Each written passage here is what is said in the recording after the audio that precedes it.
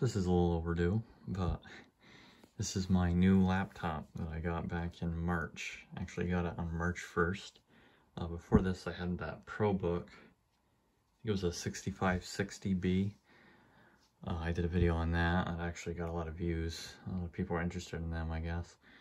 But I got that in October of 2019. I had it till about October of 2020 or December of 2020, somewhere in there. Basically, I had a lot of issues. I talked about some of them in that video, and then it sort of developed some more, like the audio just would not work at all on earbuds or to the speakers, and I tried reinstalling Windows and it just was not working. So I decided to get a new motherboard for it. So I tore it down because I was going to make sure that what I was going to do is I was getting a 6570B motherboard. So that is the model up from that ProBook, and it's actually the last of that generation, or what I would call like the good ProBooks. So I was taking the motherboard out of it to make sure that it would match up with the new one that I was getting off eBay, and putting the laptop back together, I broke one of the hinges on it, and at that point I decided that the laptop was no longer worth sinking money into. So not long, like I said, that was at the end of 2020, probably October, maybe December, might have been early 2021 to be honest. But I bought this in February of 2021, paid about $500 for it, so not bad. That might have been more because of the whole COVID shortage thing that's been going on. I think it was a fair price. I mean, I'm going to use this for many years. Definitely going to get me through college and probably beyond that. I'm obviously a big HP fanboy. I've probably think I mentioned that in the past, and I'm especially a big fan of the Z line in desktops, monitors, and laptops. So this is actually top of the line-ish. Back in 2015, it has the Quadro K2100 in it, and it has the Core i7. Let me see, I actually don't remember the exact number. It's a 4th gen, I think, but it's a 4810 MQ, so it's the quad core, which is good because the quad cores can go from 16 to 32 gigs of RAM, so I'm going to be upgrading that. Once that's done, there's really nothing else to do to it. So yeah, it's the 15-inch, so they did make the 17-inch, but I'm actually happy with this size. This is a pretty big laptop, pretty hefty, but the screen is good enough. Has the numpad, I like that. Another thing I like that HP does is they give you these buttons here. So a mute button, which is very handy. And then the airplane mode button, or Wi-Fi turn off button, whatever you want to call it. Only thing this doesn't have that my ProBook had was a calculator button, which was, I thought, really cool. It also has the trackball and the second set of buttons there. It's nice. But yeah, that's pretty much it. Running Windows 10, of course. But I've been very happy with it.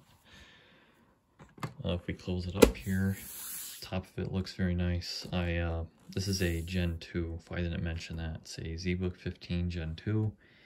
I really don't like the Gen 3s and Gen 4s. And then after that, I like them again, but there's just that weird in-between couple generations I'm not very fond of. A nice thing about the older ones, too, is, let me flip around here gently. Try to, at least. Take this cover off, which has my phone number on it. Okay, so the removable battery, I love that. Really disappoints me that that is no longer really a thing, as far as being this easy to remove, at least. Here's the second 2 RAM slots. Another cool thing about it, I'm not sure if that's from HP or not, probably is, but there's 2 8-gig sticks on the other side, which means all I need to get this up to maximum is buy 2 more 8-gig sticks. I don't have to buy 4 sticks of RAM, which is good, save some money there. But not much special there. Hard drives here. I have another sticker over that. I'm just covering that up. It's got my phone number on it and stuff. But yeah, so that is the bottom. So I will now put it back over here and show you the ports. HP gives you a pretty good selection. So it's got a USB there, display port, like the mini one, and then the full-size one, USB, and then these two things here. I honestly forget what they're called. I like that. Other thing I like about this particular model, and why I actually wanted one of these originally before I got the ProBook. I didn't want to spend the money. They were probably over 500 at that time anyway. But I'd rather have display than HDMI. I really don't like to use HDMI for computer stuff.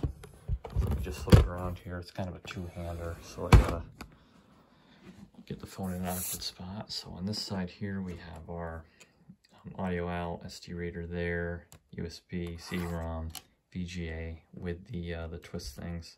I love that. That is such a nice touch to have. Then on the back, we got another USB port there. Nice metal piece there. And then our power here and our Ethernet there. So this is from the era of HP, probably my favorite era, which is where they actually put the Hewlett-Packard logo on a lot of stuff. The towers had it, the monitors had it, the laptops had it. Some of the keyboards might have had it too. Depends on the product. But this was right at the tail end of that before HP unfortunately split into two companies, HP and HP Enterprise. So yeah, just another thing I really like about these. Yeah, I like it's a thick laptop. I like that. I like that it is easy to open up and that the battery is easy to get to.